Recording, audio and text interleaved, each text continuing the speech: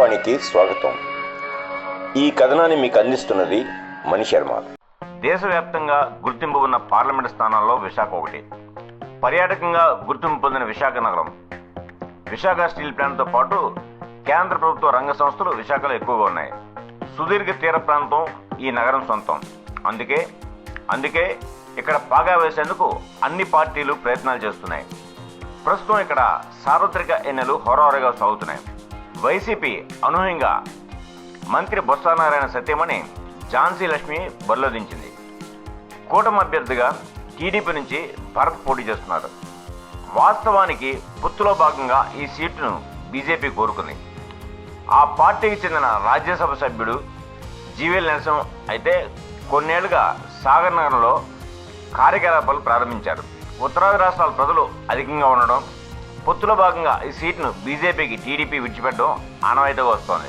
అయితే గత ఎన్నికల్లో ఎంపీగా పోటీ చేసిన భరత్ తక్కువ మెజారిటీతో ఓడిపారు. గత 5 సంవత్సరాలుగా పార్లమెంటు స్థానం పరిధిలో టీడీపీ బలోపేతానికి కృషి చేస్తూ వచ్చారు. పైగా నందమూరి బాలకృష్ణ చిన్నలుడు.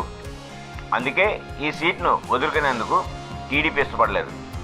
పైగా పొత్తును వ్యతిరేకించిన జీవీఎల్కు అవకాశం లేకుండా చేయాలని భావించారు. అందుకే విశాఖ బదులు అనకాపల్లి పార్లమెంటు స్థానాన్ని బీజేపీకి కేటాయించి సీఎం రమేష్ అభ్యర్థిత్వాన్ని ఆమోదించారు. విశాఖ పార్లమెంటు స్థానం పరిధిలో 7 అసెంబ్లీ సీట్లు ఉన్నాయి. విశాఖ నగరంలోని 4 నియోజకవర్గాలు గాజువాక, భీమిలితో పాటు విజయనగరం జిల్లా ఎస్కోట్ నియోజకవర్గం విశాఖ లోక్సభ పరిధిలో ఉన్నాయి. విశాఖలో తన భార్యను గెలిపించేందుకు మంత్రి బొత్స సత్యనారాయణ సర్వశక్తులు ఒడ్డుతున్నారు. అయితే విశాఖ నగరానికి సంబంధించి దక్షిణ నియోజకవర్గంలో వైసీపీ బలంగా కనిపిస్తోంది. ఉత్తరంలో సైతం ఆ పార్టీకి ఎడ్జి ఉంది. తూర్పులో మాత్రం టీడీపీ బలంగా ఉంది. గాజువాకలో టీడీపీకి అనుకూలంగా ఉంది. భీమిలిలో భారీ మెజార్టీ దక్కే ఛాన్స్ కనిపిస్తోంది.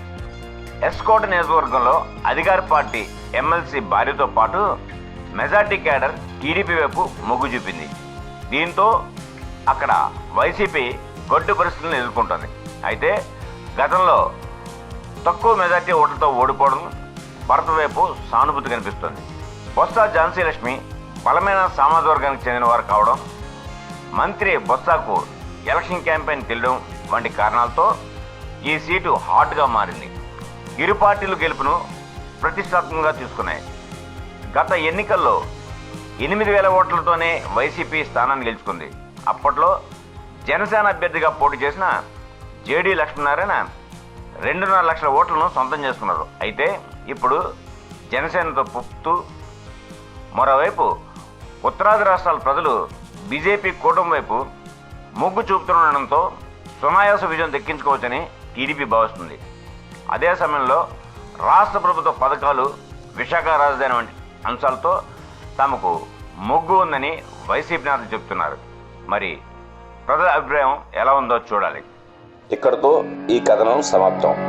మా ఈ వీడియో మీకు నచ్చినట్టయితే మరిన్ని అప్డేట్స్ కోసం లైక్ చేయండి, షేర్ చేయండి, సబ్స్క్రైబ్ చేయండి.